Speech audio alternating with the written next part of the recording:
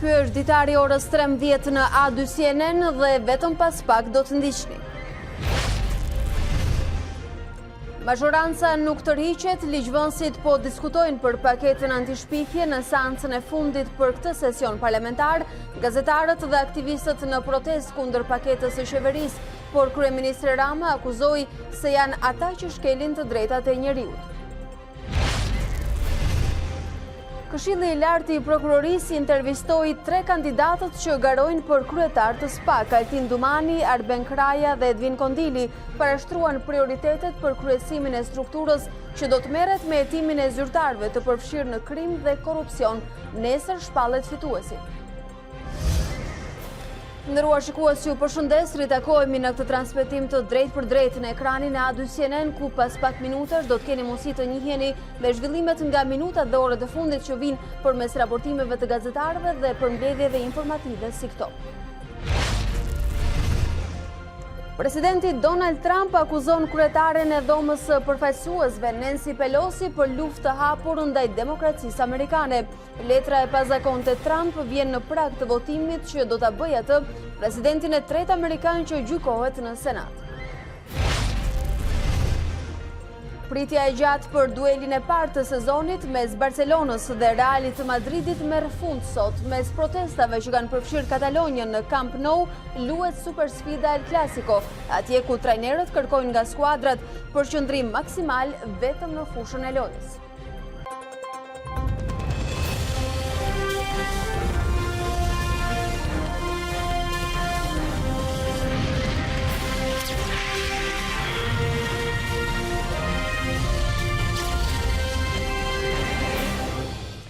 Mazhoranca nuk tërhiqet, ndërsa seanca e sotme u parapri me protestë. Nga parlamenti, Edi Rama ka shpërsuar gjuhën dhe gazetarëve. Ai ka fajsuar portalet e papërgjithshme që sipas tij në 26 nëntor prodhuan lajme të rreme që i morën jetën një qytetari të pafajshëm në Durrës.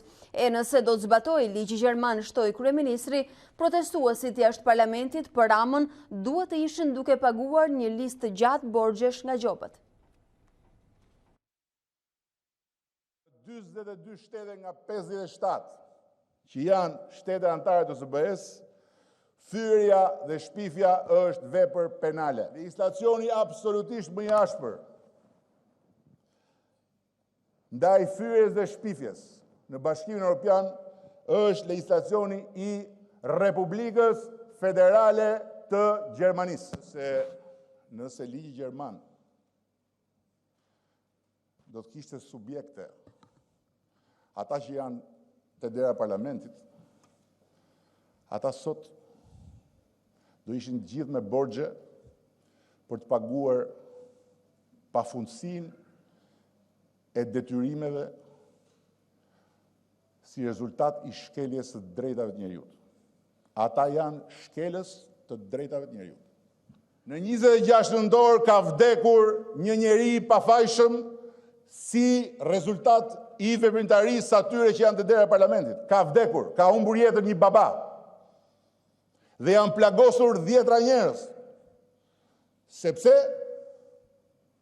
dikush nga ata atje ka nxjerr lajmin se spitali i Durrësit po shëmbet. Dhe dalja ati lajmi e ka kthyer spitalin e Durrësit nga një vend pritës për të ndërhyrë dhe shpëtuar jetë dhe kuruar plagë të rënda në udhkryqin e një kaosi me mjek, me infermier, me familjar, me të smur që donin të dilnin një orën parë nga dera spitalit. Por mbrëm socialistët kanë bërë të tjera ndryshime edhe pse nuk i kënaqin grupet e interesit. Drafti i miratuar nga Komisioni i Medias parashikonte që gjoba vijej nga ama para vendimit të gjykatës dhe nuk parashikohej mundësia e pezullimit të saj. Në amandamentet e depozituara nga Balla është shtuar mundësia që pasi media të marrë gjobë nga Autoriteti i Medias Audiovizive, gjykata mund të pezullojë gjobën deri në shqyrtimin e çështjes dhe dalje në një vendim. Balla ka propozuar edhe ndryshime në nivelin e gjobave. Dhe në seancë sot, relatori i ligjeve të paketës antishpifje, Musa Ulqini, deklaroi se drafti ka pësuar ndryshime deri në momentin e fundit, duke adresuar të gjitha çështjet të cilat kanë shqetësuar opinionin e brendshëm, por edhe ndërkombëtarët. Ky ligj, qeveria e ka miratuar në dhjetorin e kaluar dhe sot është dhjetor 2019. Ka kaluar një vit. Edhe në qovë se do të ishte vërteta e që thua që ky ligj, për ato arsye që thuan pse po miratohet në ata që nuk e duan ligjin, ligji do ishte miratuar në dhjetor, në janar, në shkurt, por ka kaluar një vit për shkak se ndaj ligjeve që rregullojnë mediat ka ndjeshmëri shumë të madhe, jo vetëm nga komuniteti i gazetarëve, por radh parë nga ndërkombëtarët. Dhe qeveria edhe parlamenti e ka respektuar këtë ndjeshmëri, sepse Shqipëria është një demokraci e re. Dhe në demokracitë e reja, standardet edhe kur janë demokratike kërkojnë instrumenta garantues. Dhe ky është meraku i ndërkombëtarëve, dhe është një merak legjitim. Por kjo është edhe gatishmëria e qeverisë, e cila deri në sekondat e fundit ka qenë e gatshme që të bëj rregullimet të cilat kanë ardhur nga gjitha drejtimet, po kryesisht po flas për ndërkombëtarët në mënyrë që jo vetëm standardet të jenë demokratike si që janë, por edhe instrumentat të jenë të tillë që të mos lejojnë që ligji të keq përdoret nga askush. Eurodeputeti suedez David Lega, i cili është edhe antar i Komitetit për Punët e Jashtme dhe të Drejtat e Njerëzit, vazhdoi dhe sot me kritikat e forta ndaj paketës antishpifje. Ai bën thirrje qeverisë shqiptare që të sillet në përputhje me kriteret e Kopenhagenit, që janë themelore dhe standard minimum për një shtet kandidat për antarësim në BE. Nëse administrata Rama aprovon ligjin për mediat në formën aktuale, do të dëmtojë seriozisht shanset për çeljen e negociatave të antarësimit në BE, shkruante Lega në Twitter. Ndër të tjera, eurodeputeti kërkon Tiranën zyrtare që të respektojë rekomandimet e Komisionit dhe Këshillit të Evropës. Reagimin e tij e shpërndau dhe kryetari i Partisë Demokratike Lulzim Basha. Ndërkohë, para nisjes së seancës plenare, gazetarët dhe përfaqësues të shoqërisë civile u mblodhën në protestë kundër paketës antishpifje, duke paralajmëruar kundërshtimin e saj deri në gjykatën kushtetuese. Ata kundërshtojnë tarifat e larta, kompetencat e forta që marrin Autoriteti i Komunikimeve Elektronike dhe Postare dhe Autoriteti i Medias Audiovizive mbi median. Vetë marrëdhënia mes dy autoriteteve sipas gazetarëve është problematike dhe mund të përdoren nga pushteti për censurë. Ndërkohë, bashkë do ndalojmë tek të tjera zhvillime, por fillimisht do ta kemi në një komunikim të drejtë për drejtë reporteren e A2 CNN Klementina Cenkollari, e cila e ka ndjekur protestën e sotme që në orën 9:30 kur kolegët e saj dhe tanët ishin mbledhur pikërisht për këtë protestë, e cila sot po zhvillohej prej më shumë se 3 orësh për të kundërshtuar paketën antishpifje, ndërkohë që kjo e fundit po diskutohej në seancën parlamentare. Ajo do të sjellë një përmbledhje të gjitha zhvillimeve të ditës për të parë edhe ecurinë dhe qëndrimin e kolegëve në materialet në vijim. Vjen një përmbledhje informative me gazetarët të cilët kanë reaguar duke protestuar sot dhe rikthehemi sërish në studio. Kjo betejë për ne nuk mbyllet këtu. Ne do të vazhdojmë me gjitha rrugët kushtetuese. Shpresojmë dhe do t'i drejtohemi Presidentit të Republikës për të mos ta dekretuar këtë draft ligjor. Do t'i drejtohemi më vonë edhe vetë Parlamentit nëse do të ndodhë që Presidenti nuk e dekreton dhe sipas procedurës rikthehet në Parlament. Dhe nëse përsëri do të hasim me padëgjueshmërinë e legjislatorëve të vendit, ne do t'i drejtohemi gjykatës kushtetuese. Sa e shihni ju të kritikueshme veçanërisht çështjen e gjobave, por dhe a e shihni si reflektim atë ndryshim që është bërë në rolin që do të ketë gjykata për pezullimin e gjobave? Ne kemi ndjekur hap pas hapi shqyrtimin dhe diskutimin e këtij drafti, duke ju referuar jo vetëm penaliteteve financiare që parashikon drafti, të cilat në këndvështrimin tonë janë shumë të larta dhe shpesh të papërballuara, duke patur parasysh që shumicën e mediave online në Shqipëri posedojnë gazetarë të cilët nuk kanë asete financiare dhe nuk mbështeten nga bizneset të tjera. Ne kërkuam që të ndryshojë struktura funksionale brenda dy institucioneve ekzekutive të AMës në raport me penalitetet dhe masat preventive që jepen në rastet e shkeljeve. Së dyti, ne kemi kërkuar që të rregullohet raporti midis rregullimit dhe vetë rregullimit, gjë që është reflektuar vetëm me dy gërma në këtë që janë të pamjaftueshme për ta ezauruar apo për ta përfaqësuar gjithë kapacitetin vetë rregullues që mund të ketë brenda enteve mediatike dhe gjithë spektrit medial online të vendit.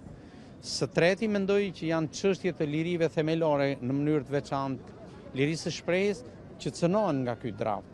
Dhe marrëdhënia midis vetë entit regulator të AMës, Autoritetit të Medias Shqiptare, dhe AKEP-it është një marrëdhënie shpesh herë sipas parashikimit tonë dhe leximit tonë problematike, që kufizon, penalizon, indukton apo kryen edhe influencën e një agjencie të censurës. Problemi kryesor qëndron që spektrin e të vërtetës ja jap një autoriteti i cili emërohet dhe zgjidhet, anëtarët e cilit zgjidhen nga kuvendi.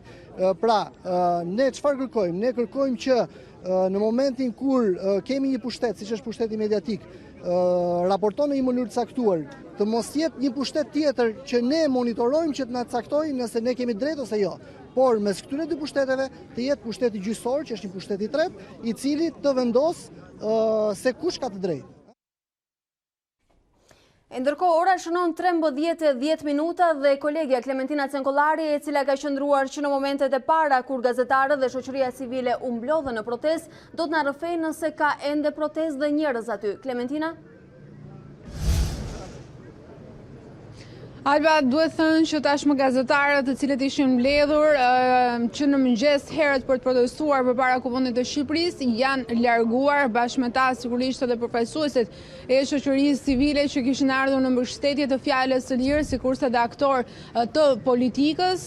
Tashmë duket se ajo çfarë ka mbetur medias me votimin në orët e pasdites në Kuvendin e Shqipërisë të paketës antishpifje është procedimi me rrugë të tjera ligjore. Media tashmë përfaqësuesit e mediave të cilët ishin sot në protestë kanë bërë të qartë se hapi i radhës do të jetë një tryezë, një takim pra me presidentin e Republikës me kërkesën që ai të mos e dekretoj paketën antishpifje dhe në rast se ky dekret do të rrëzohet nga institucioni, nga Kuvendi i Shqipërisë, atëherë gazetarët do t'i drejtohen edhe një herë parlamentit dhe si rrugë finale me ngritjen e saj do të kenë pikërisht gjykatën kushtetuese.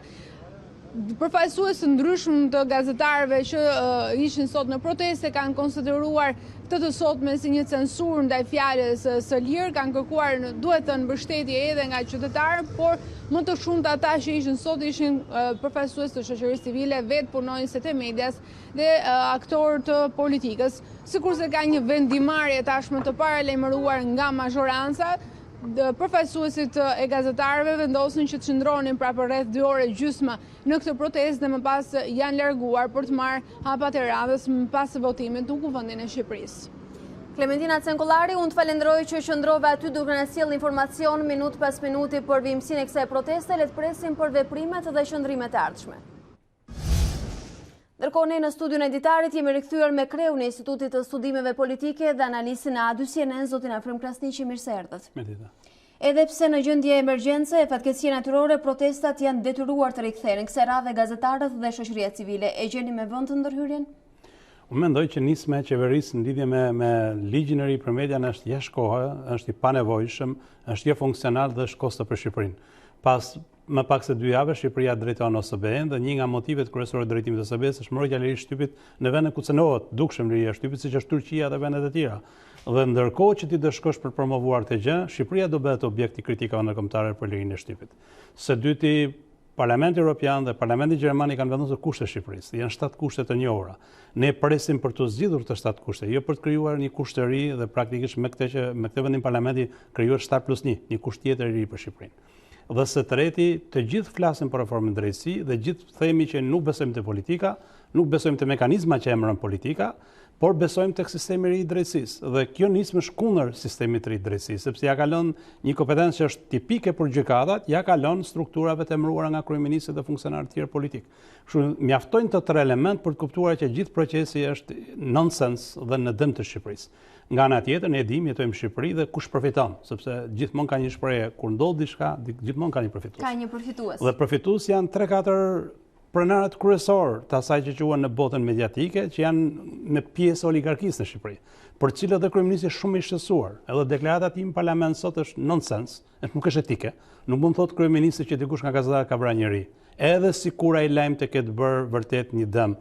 Por nëse ne flasim me këtë gjuhë, pastaj është e drejta çdo qytetari shqiptar, sidomos të gazetarëve të thonë që ata 50 veta të cilët u dëmtuan ose ndruan jetë, të gjithë janë fajtë e qeverisë, dhe kështu që duhet nxjerrim i liq, të mbyllim gojën kryeministit dhe qeverisë që bën premtime dhe si mban.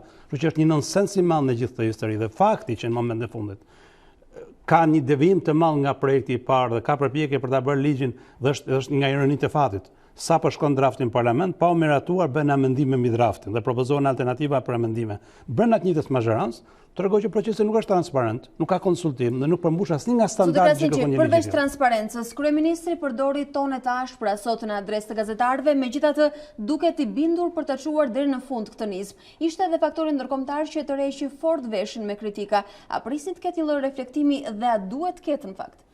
Nuk mendoj që do ketë reflektim. Zoti Rama e ka kalkuluar këtë gjë dhe nuk e ka probleme me gazetarët. Ai nuk i urren gazetarët dhe është njëri që i ndjek vazhdimisht media dhe lexon gjithçka që shkruan në Shqipëri, madje shkruan njerëzve dhe në adresat e tyre personale. Prandaj është në koherencë. Ai ka nevojë për një kaos të re, për të hequr vëmendje nga problematikat ku ndodhet Shqipëria.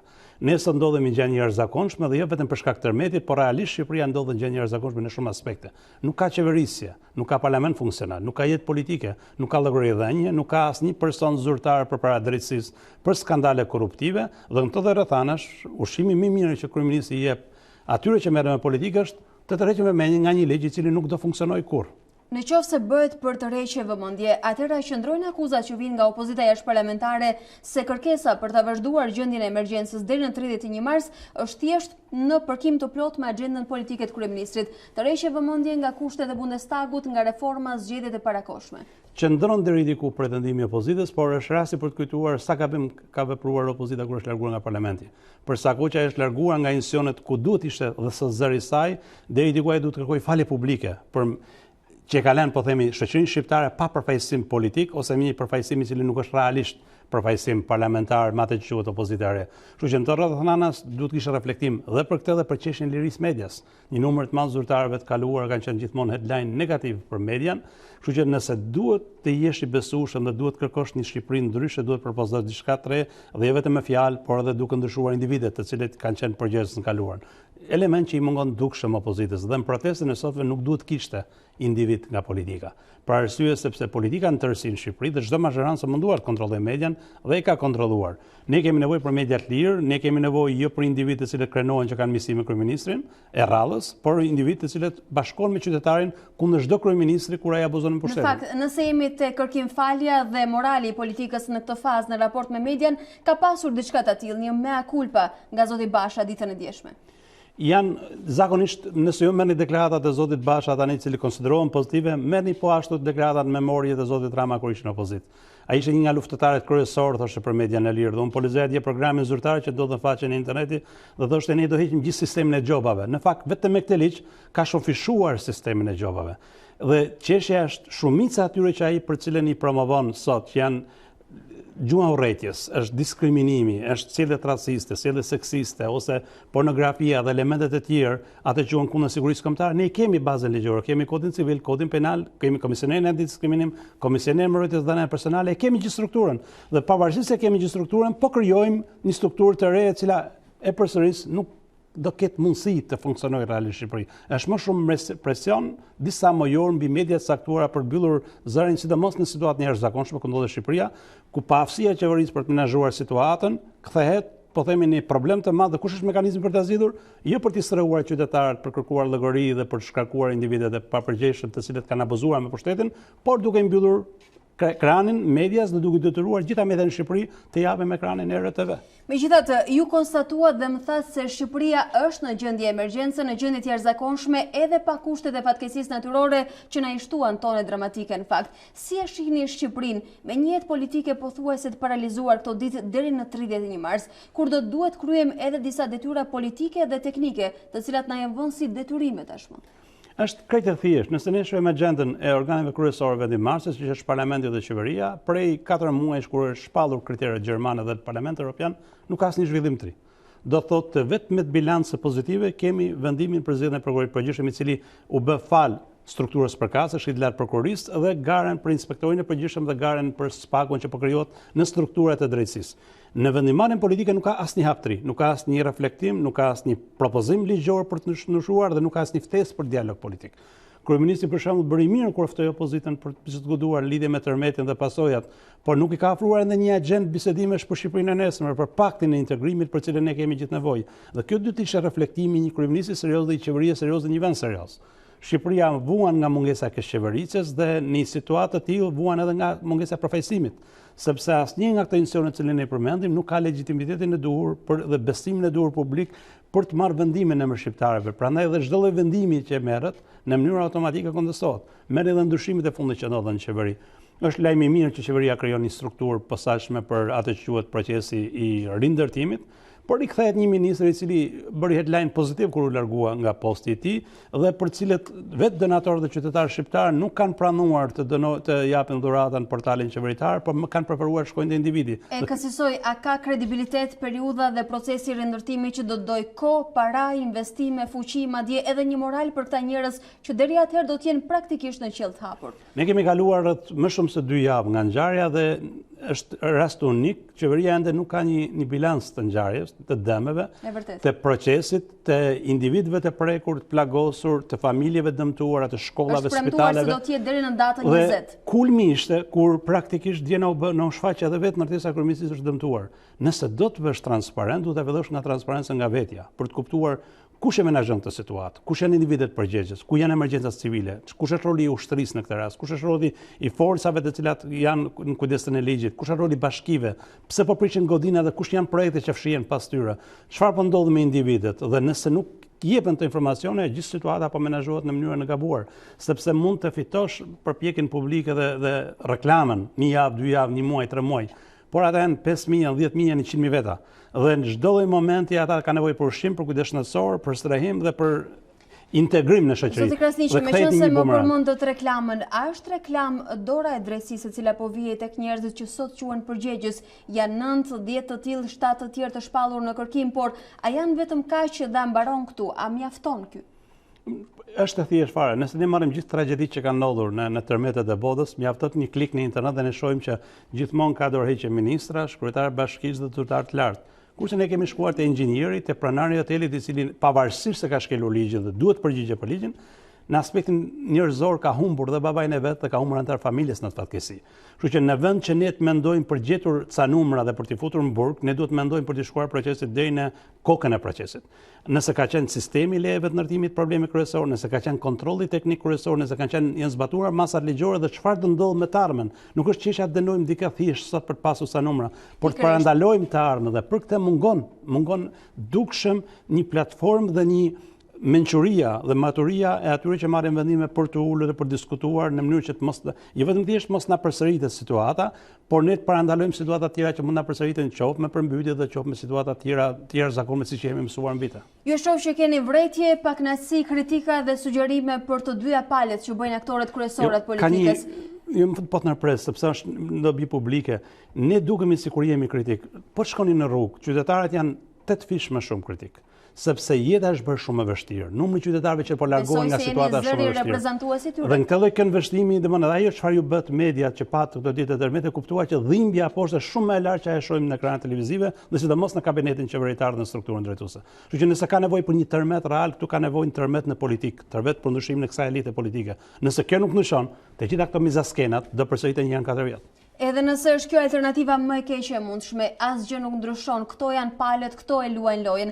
A keni një parashikim jo vetëm deri në kohën e emergjencës, edhe përtej saj, sepse duket se pasojat do të ndihen në politikë dhe jo vetëm, edhe në përditshmërinë tonë dhe tuajën? Vitin e ardhshëm do duhet të ketë ndryshime të mëdha në Shqipëri. Do duhet të ketë ndryshime në sistemin zgjedhor, në kodin zgjedhor, dhe nëse kjo realizohet, hapi i dytë do jetë kalimi i një testi kombëtar për zgjedhje. Çështja është edhe sikur t'i bëjmë zgjedhjet nesër, a do kemi opsione më të mira dhe mundësi për të ndryshuar gjërat? Fatkeqësisht partitë tona nuk janë parti demokratike dhe nuk funksionojnë si familje demokratike. Dhe përsa ku nuk funksionojnë, shpresa për të ndryshuar përmes tyre aktorëve politikë është jashtëzakonisht e vogël, ndërkohë që sistemi politik është refuzues ndaj çdo lloji prurjetëre politike. Megjithatë, duke qenë të pashpresë, duhet i lëmë aty ku janë në vend të numërohet. Jo, shpresa janë dy gjëra. E para është reagimi qytetar. Kemi pasur këto 2 vite 2 lloj fenomenesh që ndodhin për herë të parë në Shqipëri.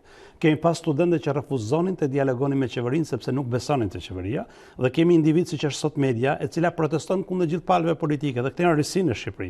Është një komunitet i cili duhet përgëzuar, që rrallë bëhet pro njëri tjetrit. Pra, flasim për sinjale pozitive nga ana e shoqërisë. Dhe nga ana tjetër kemi një vëmendje më të madhe ndërkombëtare. Domthonë kemi Bashkimin Evropian dhe shtetet kryesore, përfshirë Shtetet e Bashkuara, të cilat e kanë kuptuar që me një elitë korruptuar nuk vazhdohet.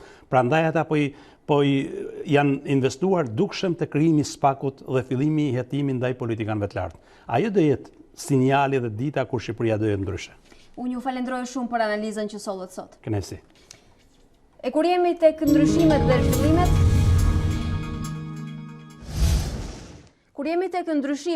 zhvillimet, Këshilli i Lartë i Prokurorisë ka intervistuar sot 3 kandidatët për drejtimin e prokurorisë së posaçme kundër krimit dhe korrupsionit tek zyrtarët e lartë. Kandidatët ishin Altin Dumani, Arben Kraja dhe Edvin Kondili, të cilët do të presin deri nesër për të mësuar se cili prej tyre do t'i besohet sfida 3 vjeçare dhe një ndër më të mëdha të drejtimit. Andojna Allabani e ka ndjekur pyetësorin e sotëm nga Këshilli i Lartë i Prokurorisë për 3 kandidatët. Andojna, cilat janë prioritetet dhe çfarë i diferencojnë në seancat dëgjimore 3 kandidatët e sotëm, të cilët ishin në audio dhe në video për efekt besueshmërie? Në fakt, më saksove shumë mirë Albano. Ka nisur seanca maratone pyetjes së 3 kandidatëve, një garë e cila kishte javë që kishte nisur, por sot është konkretizuar me zë dhe me figurë nga të 3 anëtarët. Të 3 kandidatët për drejtues të prokurorisë së posaçme të hetimit kanë shpalosur platformat e tyre, vizionin e tyre, kanë dhënë një fotografi të qartë të asaj se si mendojnë ata për të drejtuar një strukturë të re të hetimit në vend. Në fakt ka qenë Altin Dumani i pari i cili ka hapur siparin e kësaj seance maraton pyetjesh, i cili deri diku ka treguar se kush është vizioni i tij në lidhje me hetimin e dosjeve të bujshme, ato që lidhen me krimin e organizuar, por edhe me korrupsionin në nivel të administratës shtetërore. Të njëjtin vizion kanë patur dhe 2 kolegët e tij, bashkëthar në këtë garë, por e vetmja gjë që i ka diferencuar të 3 kandidatët përpara Këshillit dhe ndërkombëtarëve të cilët kanë dëgjuar me interes çdo gjë të shqiptuar për tyre, ka qenë pikërisht struktura që do të ngrihen, platforma dhe mënyra se si do të përcaktohet grupi që do të hetojë çështjet me rëndësi të veçantë. Altin Dumani ka qenë ai i cili përveç platformës operimit në nivelin e vartësve të tij, nëse do të zgjidhet prokurori krimeve të rënda, krye prokuror i spakut, do të ishte dhe një koordinim i mirë i kësaj strukture me të gjitha institucionet në varësi. Por gjithashtu dhe një platformë ndryshe për sa i përket qasjes me mediat, me publikun, duke hapur kështu një portal dhe duke marrë drejt për së drejti nga publiku të gjitha të dhënat dhe të gjitha konstatimet e aktet e korrupsionit në nivel jo vetëm zyrtar, por në çdo lloj niveli për të pasur kështu një panoramë sa më të qartë të asaj se çfarë ndodh në terren, për të qenë më të hapur dhe transparent me publikun. Zoti Dumani deklaroi që do të ketë dhe një koordinim mes zyrës së shtypit të kësaj strukture me media, duke bërë kështu çdo gjë transparente.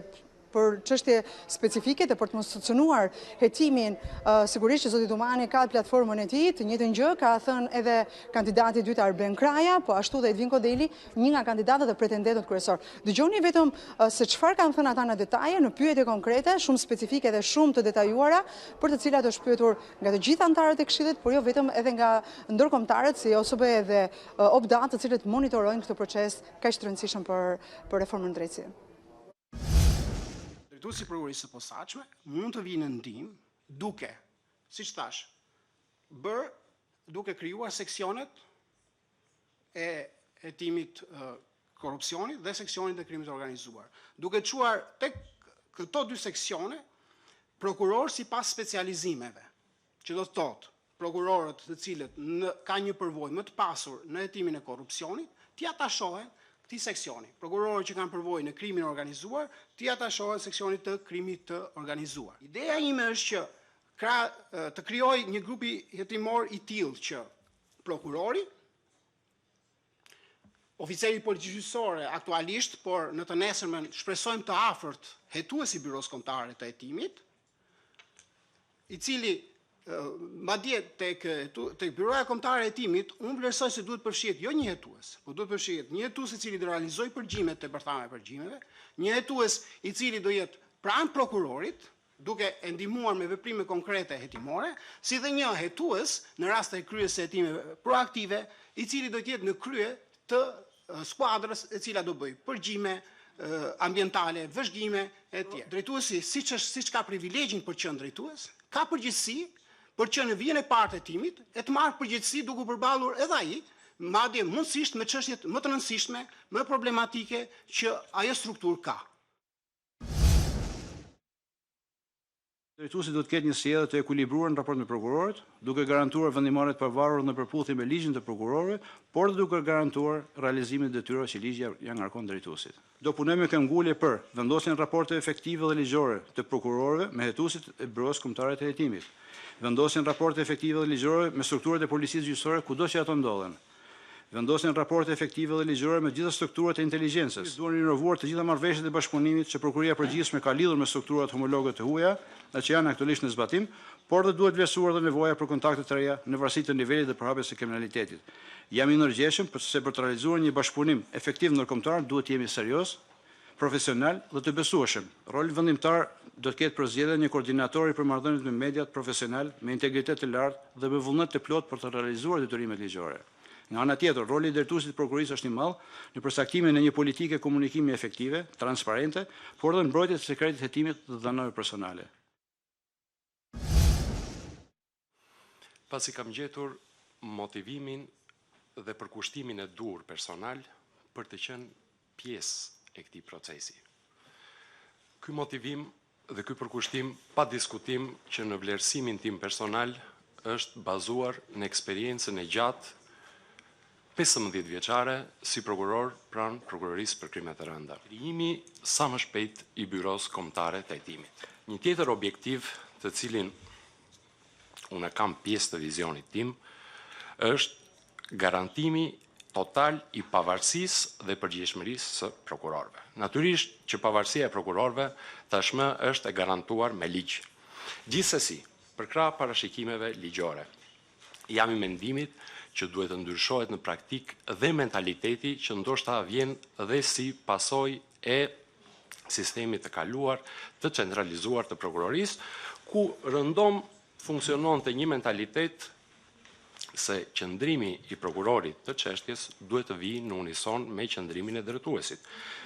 Ky mentalitet përfundimisht duhet të ndryshojë dhe të garantohet pavarësia totale reale e prokurorit të çështjes. Anduena, nesër një nga këto 3 personalitete që ne i ndoqëm me prioritetet e tyre do t'jetë drejtuesi i një prej strukturave më të rëndësishme për drejtësinë e re, SPAK-ut. Përzgjedhja ishte thënë fillimisht që do t'ishte sot. Pse është shtyr për ditën e nesërme?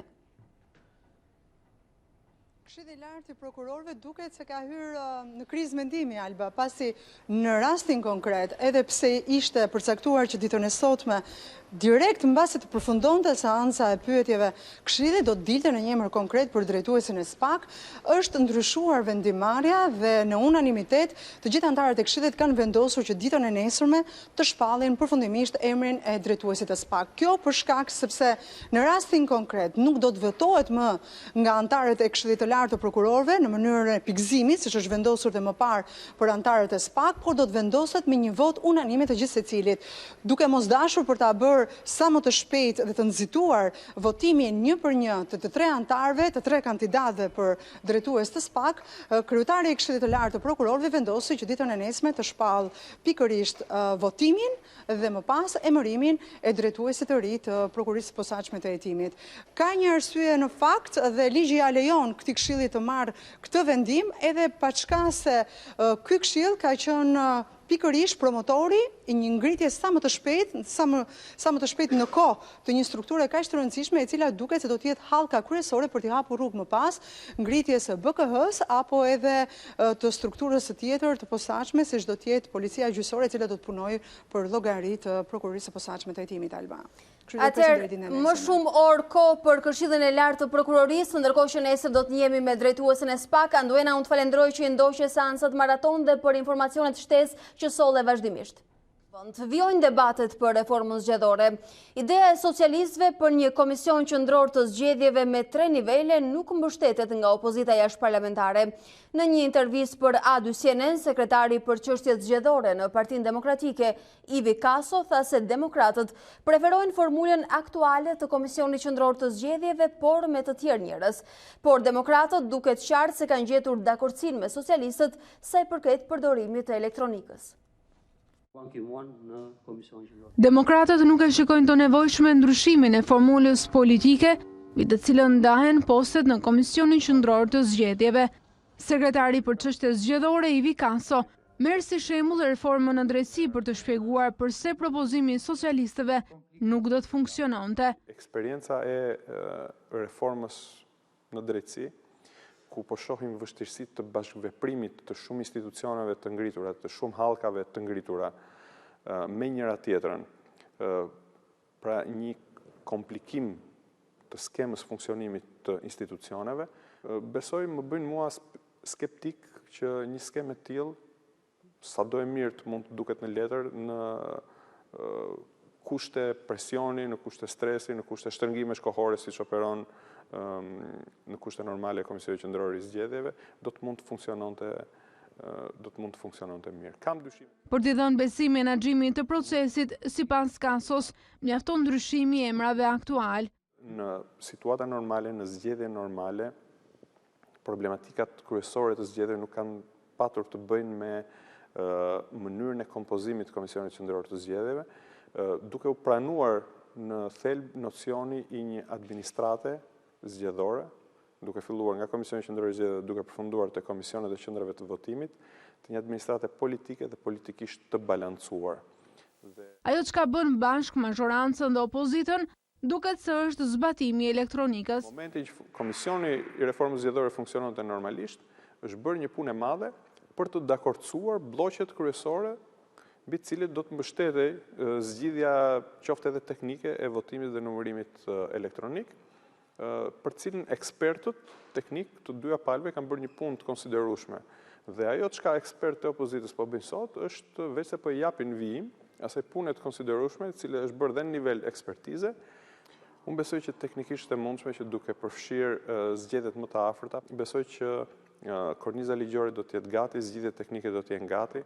Sekretari për çështjet zgjedhore njëherë është drejtuesi një prej ekipeve të punës të opozitës për reformën elektorale, se drafti do të jetë së shpejti gati, por propozimet e selisë blu edhe njëherë mazhoranca do të njohë përmes palëve të treta, që me gjas do të jenë tryezat e ndërkombëtarëve. Këshilli koordinues i diasporës ka vënë përballë Edi Ramën dhe Ilir Metën. Presidenti tha se tragjedia e tërmetit të 26 nëntorit duhet të jetë një moment reflektimi për të gjithë, ndërsa kryeministri falenderoi diasporën për kontributin që dha në këtë moment të vështirë. Fatkeqësi le të shërbejë edhe si një moment reflektimi, rindërtimi, rimëkëmbje dhe pajtimi për të forcuar bashkëpunimin në interes të qytetarëve tanë, të vendit tonë, por edhe të kohezionit tonë kombëtar. Së fundmi, unë uroj suksese këtij këshilli dhe shpresoj që të ndërmerren hapa konkret dhe të gjenden zgjidhje për problemet dhe vështirësitë që has diaspora, si dhe Sot që flasim vazhdon inspektimin teren i inxhinierëve tanë, së bashku dhe me inxhinierët huaj të ardhur nga shumë anë botës për të ndihmuar, dhe ne urojmë që brenda muajit janar të kemi raportin e post-katastrofës dhe një faturë financiare paraprake të dëmeve të tërmetit. Them paraprake sepse dhe eksperienca e vendet e tjera tregon që faturimi i dëmeve është një proces që vazhdon. Dhe patjetër që fill pas saj do të filloj dhe i pjesa e vështirë e rindërtimit, që unë besoj është një proces që do të ketë një ndikim përcaktues në të ardhmen e vendit tonë, edhe në qasjen e shoqërisë sonë ndaj të ardhmes. Ne duam që të dalim më të fortë nga kjo situatë dhe falë procesit rindërtimit të krijojmë një cilësi të re në marrëdhëniet me njerëzit, por edhe në marrëdhëniet e njerëzve me vendin. Dhjetra banor të Floqit në rrethin e Korçës ende nuk janë futur në banesat e tyre që u dëmtuan nga tërmeti i 1 qershorit të këtij viti. Disa prej tyre ankohen se nuk ka ardhur askush për t'i riparuar banesat, të tjerë nuk kanë përfunduar punimet, pasi Bashkia e Korçës nuk i ka kryer pagesat. Që nga 1 qershori këtij viti, kur fshati Floq u godit nga disa tërmete, ende ka familje të cilat nuk janë futur në banesat e tyre. 6 muaj pas këtij tërmeti, banesa e Bajram Bekollit është ende e dëmtuar, edhe pse u premtua nga bashkia se do të riparohej pa ardhur dimri. Tani që stina e ftohtë ka trokitur, familja Bekolli nuk mund të qëndrojë në banesën e tyre. Është dëmtuar komplet shtëpia, domethënë edhe çatia e lartë, sa është çatia e brenda. Më thanë që është e papunishme, domethënë që mos rish brenda. Më thanë erdhën ata që ata të bashkisë. Dhe ndërkohë ti vion të qëndrosh. Po të qëndroj s'kam, ku të vete një që qarë. Erdi dimri tash të bie të borët në zem brenda, të bie çatia qarë. Të tërë këtu lagja undërtua vetëm unë mbetër.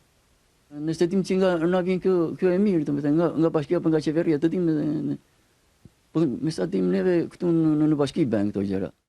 Ndërkohë në një tjetër familje, atë të Sotyraq Pelivanit, i zoti banesës i kreu vetë riparimet, por nga bashkia nuk janë dhënë lekët dhe tani riparimet kanë mbetur për gjysmë, ndërsa familja Pelivani ka improvizuar një kasolle në oborrin e tyre për të kaluar netët e ftohta. Se ja. Një anë e murit dhe që ta prishня këteja, nuk bësh pjata që gjysmë për gjysmë.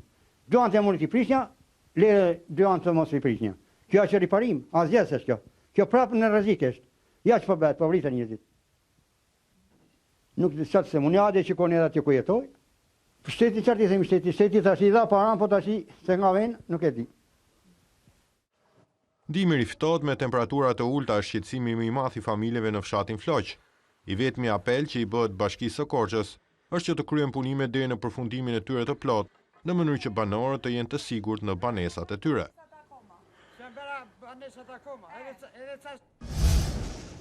Dhe ne i kthehemi politikës ditore në Kosovë. Shtohet skepticizmi brenda lëvizjes vetëvendosje për një marrëveshje finale për bashkëqeverisje me LDK-n.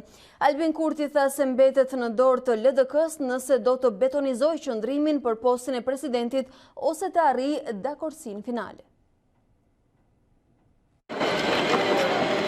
Posti i presidentit po thellon gjithnjë më shumë përçarjet mes lëvizjes vetëvendosje dhe lidhjes demokratike të Kosovës. Albin Kurti kritikoi vendimin e Isa Mustafës për të thirrur Këshillin e Përgjithshëm të LDK-s, ndërsa e konsideroi atë zhvillimin kyç, lidhur me arritjen e dakordësisë finale për bashkëqeverisje.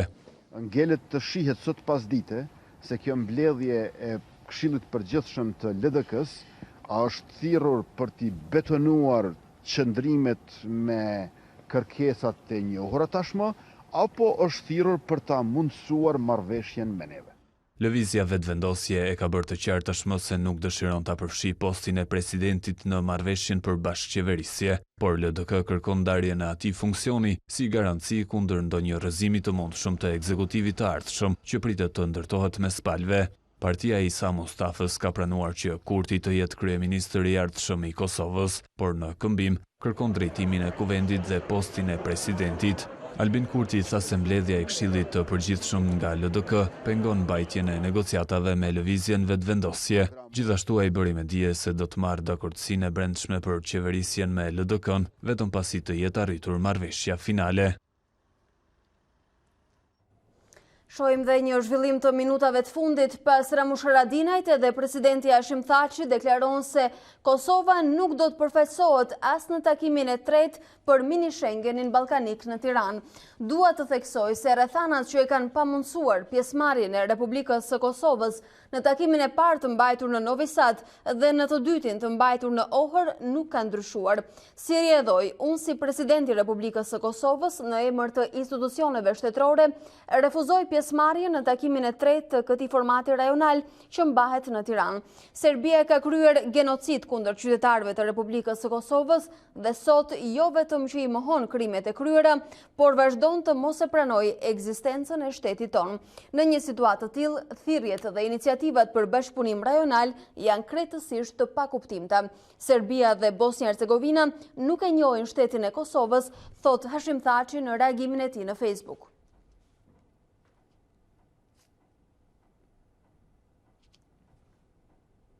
Shohim dhe zhvillimet në politikën ndërkombëtare. Presidenti Donald Trump akuzon kryetaren e Dhomës së Përfaqësuesve Nancy Pelosi për luftë të hapur ndaj demokracisë amerikane në një letër të dërguar të martën.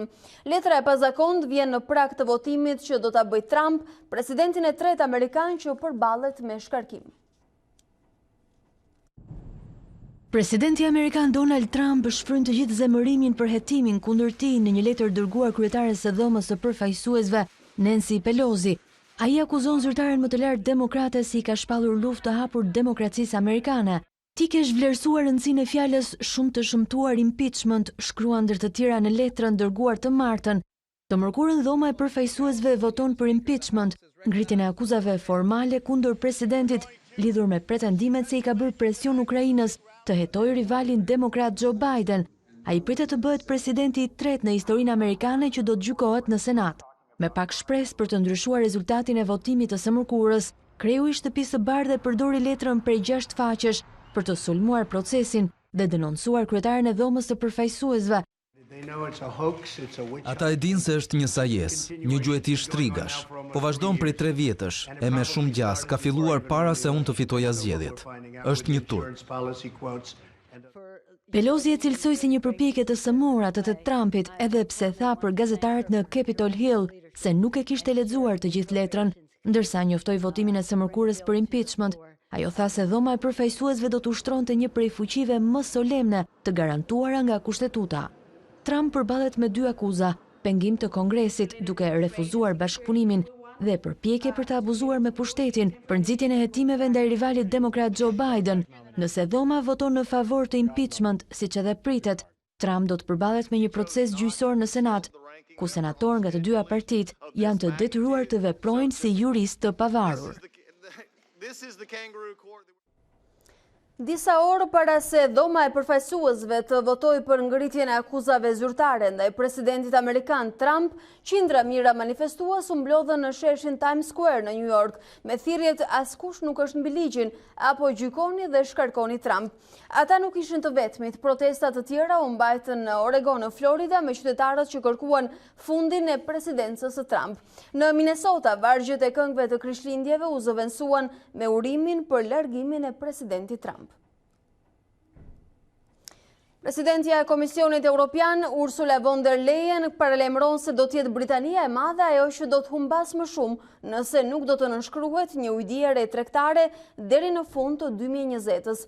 Londra kërkon arritjen e një marrëveshje brenda këtij afati, por Brukseli mendon se koha është e pamjaftueshme.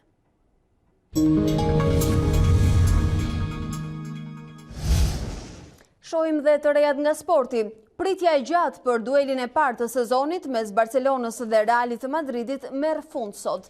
Mes protestave që kanë përfshirë Katalonjën në Camp Nou, luhet supersfida El Clasico, atje ku trajnerët kërkojnë nga skuadrat për qëndrim maksimal vetëm në fushën e lojës. Pikët janë të njëjta, të dy skuadrat ndajnë vendin e parë, madje edhe kur njëra prej tyre është ndalur në kampionat nuk ka mundur të fitojë as tjetra. Barcelona dhe Real Madrid përplasen sot në Camp Nou në kushte të barabarta dhe me të njëjtën ecuri, ndërsa kërkojnë të shmangin sa më shumë vëmendje nga protestat që kanë përfshirë Katalonjën.